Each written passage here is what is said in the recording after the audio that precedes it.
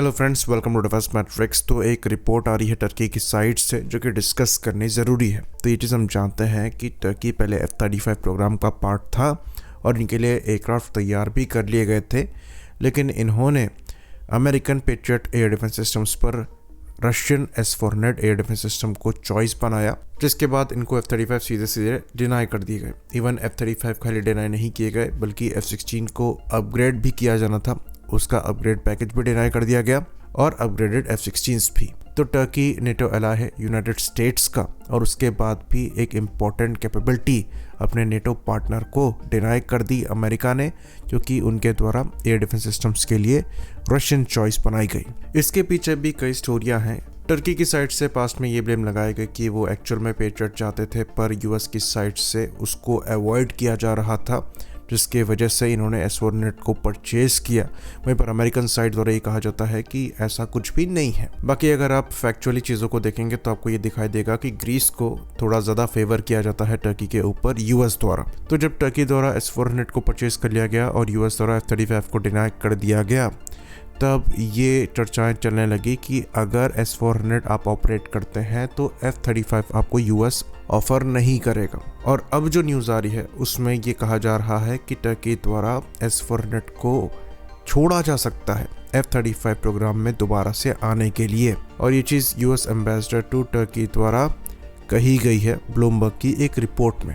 तो यहाँ पर इंटरेस्टिंग चीज़ इसलिए हो जाती है क्योंकि S-400 जो एयर डिफेंस की कैपेबिलिटी प्रोवाइड कराती है वो काफ़ी ज़्यादा क्रूशल है, और टर्की द्वारा अगर वो गिव अप करी जा रही है F-35 के लिए, तो ये शोकेस करता है कि F-35 इनके लिए कितना इंपॉर्टेंट है। क्योंकि एक तरीके से आर्म ट्विस्टिंग भी टर्की की करी जा रही है। उनको TFX कान के लिए जो इंजन चाहिए प्रोटोटाइप में लगाने के लिए, जो कि जनरल इलेक्ट्रिक के F110 इंजन है, सेम इंजन जो कि इनके F-16 में लगते हैं और लाइसेंस के अंतर्गत मैन्युफैक्चर इनके द्वारा करे जाते हैं, उनकी लाइसेंसिंग को भी यूएस ब्लॉक कर रहा है। तो अल्टीमेटली अफेक्ट कर रहा है इनके TFX कान प्रोग्राम को। तो 5th जनरेशन कैपेबिलिटी पूरी तरीके से यूएस द्वारा टर्की को डिनाई करी जा रही है। तो ऐसा लगता है कि टर्की के पास कोई और ऑप्शन ही नहीं छोड़ा गया है कि वो S-400 को अवॉइड करें, क्योंकि बीच में ये रिपोर्ट भी आ रही थी कि जो F-35 टर्की के लिए बनाए जा रहे हैं ये हो सकता है ग्रीस को दे दिए जाए। तो इनके जो S-400 एयर डिफेंस सिस्टम है ये ग्रीस के 4 या 4.5 जन प्लेटफॉर्म के अगेंस्ट में काफ़ी ज़्यादा इफेक्टिव तो रहेंगे, लेकिन अगर ग्रीस को F-35 दे दिए जाते हैं और 5th जनरेशन कैपेबिलिटी टर्की को डिनाई कर दी जाती है, तो ये एक डिसएडवांटेज की पोजीशन में आ जाएंगे, और शायद इसी प्रेशर में अब ये S-400 को गिव अप कर रहे हैं।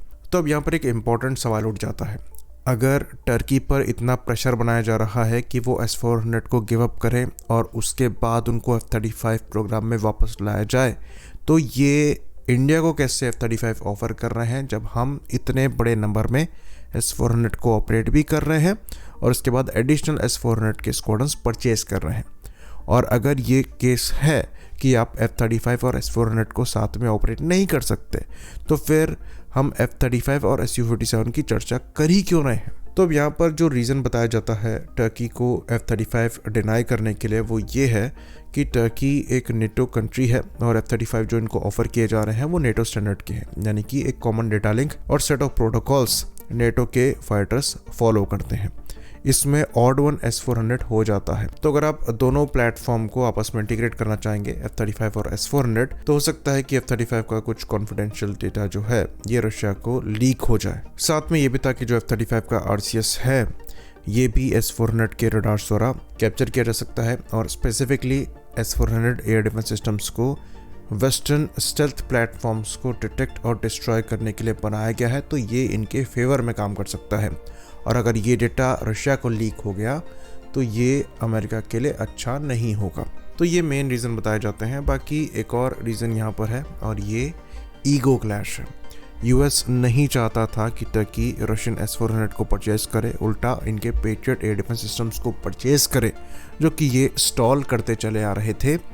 तो जब टर्की ने इनको अवॉइड करके S-400 को परचेज किया, तो यहाँ पर अमेरिकन ईगो हर्ट हुआ और इन्होंने F-35 देने से मना कर दिया, जबकि टर्की ने इस पूरे प्रोग्राम में पे किया है और अपने प्लेटफॉर्म्स के लिए भी पे किया है। तो अगर हम टेक्निकल इश्यूज की बात करें, वो तो इंडिया में भी अगर F-35 आएगा तो आएंगे। हमें अगर S-400 के साथ F-35 को ऑपरेट करना पड़ेगा, तो वहाँ पर दोनों के बीच में इंटीग्रेशन तो करने की रिक्वायरमेंट होगी। IFF को आपको इंस्टॉल करना पड़ेगा और वहाँ भी पॉसिबिलिटी एग्जिस्ट करेगी कि जो F-35 का RCS है वो रशिया को लीक हो जाए। तो इन सब की पॉसिबिलिटीज़ के बाद भी US इंडिया को F-35 ऑफर क्यों कर रहा है? अगर टेक्निकलिटी सही है तो इसके पीछे कारण ये हो सकता है कि जो F-35 हमें ऑफर किए जाएं वो डाउनग्रेडेड हो, जिसकी पॉसिबिलिटी अच्छी खासी नज़र आती है।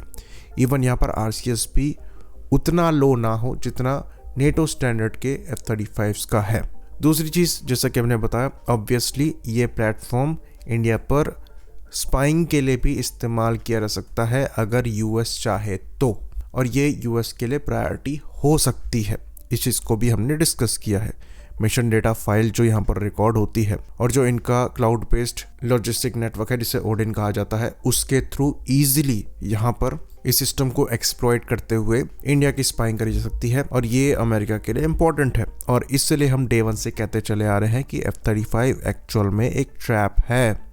अमेरिका हमें इस प्लेटफॉर्म पर कभी भी इतना कंट्रोल नहीं देने वाला है कि हम इसको अपने दूसरे प्लेटफॉर्म्स के साथ इंटीग्रेट कर पाएं और फ्यूचर में नेटवर्क सेंट्रिक ऑपरेशंस को परफॉर्म कर पाएं, और फिर ये डाउनग्रेडेड भी होंगे। सऊदी अरेबिया के केस में तो इन्होंने सीधे सीधे ये चीज़ एक्सेप्ट करी है। तो F-35 एक बेटर प्लेटफॉर्म है, पर जैसा कि हमने पहले भी एक्सप्लेन किया था, इंडिया के केस में ऐसा नहीं होगा। हमने डिस्कस किया था कि कैसे एक अमेरिकन एनालिस्ट ने भी सेम चीज़ पॉइंट आउट करी है कि जो इसका USP है, यानी कि robust networking capability, satellite connectivity, data fusion, ये नेटो और US द्वारा ही इस्तेमाल किया जा सकता है प्रॉपरली। इंडिया के लिए ये कैपेबिलिटी इनेबल्ड नहीं होगी क्योंकि हमारा जो सेट ऑफ प्रोटोकॉल्स हैं और नेटवर्किंग कैपेबिलिटीज़ हैं वो इंडिया के लिए यूनिक है। F-35 वहाँ नहीं आता है। इंडिया को F-35 खाली अपने सुपीरियर सेंसर्स और स्टेल्थ कैरेक्टरिस्टिक्स दे सकता है, और वहाँ भी ऐसा नज़र आ रहा है कि डाउनग्रेड किया जाएगा ताकि जो कॉन्फिडेंशियल परफॉर्मेंस स्पेसिफिकेशंस हैं इस प्लेटफॉर्म की उसको छुपाया जा सके या फिर बचाया जा सके। वहीं पर Su-57 के केस में ये पैरामीटर्स उस प्लेटफॉर्म की स्ट्रेंथ नहीं है। उस प्लेटफॉर्म की स्ट्रेंथ है रॉ परफॉर्मेंस और लोअर RCS, जिसको आप प्रैक्टिकल यूज केस में इस्तेमाल कर पाएंगे। इसलिए पहले भी हमने कहा था कि हमारे केस में Su-57 ज़्यादा सेंस बनाता है F-35 से, टेक्निकली थोड़ा इन्फीरियर होने के बाद भी और लेस स्टेल्दी होने के बाद भी। साथ ही साथ S-400 के साथ ये ज़्यादा कंपैटिबल भी रहेगा। तो ये टर्की की जो सिचुएशन है इससे हमें सीखने की ज़रूरत है, और ये समझना ज़रूरी है कि F-35 कैसे एक ट्रैप हो सकता है। आज टर्की अमेरिका पर डिपेंडेंट है, इसलिए अमेरिका उनकी आर्म ट्विस्टिंग करके उनसे एक इम्पॉर्टेंट कैपेबिलिटी छुड़वा रहा है और अपना प्लेटफॉर्म आगे बढ़ा रहा है। ये चीज़ फ़िलहाल वो इंडिया के लिए नहीं कर सकते हैं, लेकिन अगर हम इन पर डिपेंड होते चले जाएंगे तो डेफिनेटली उसका फ़ायदा US फ्यूचर में उठाएगा ही उठाएगा। जब वो अपने नेटो एलाई को नहीं छोड़ रहे हैं तो इंडिया जैसी कंट्री को वो क्यों छोड़ेंगे। आई होप इन्फॉर्मेशन यहाँ पर क्लियर रही हो। इसी बात पर इस वीडियो को हम ख़त्म करेंगे। लाइक करिए, सब्सक्राइब करिए। जय हिंद।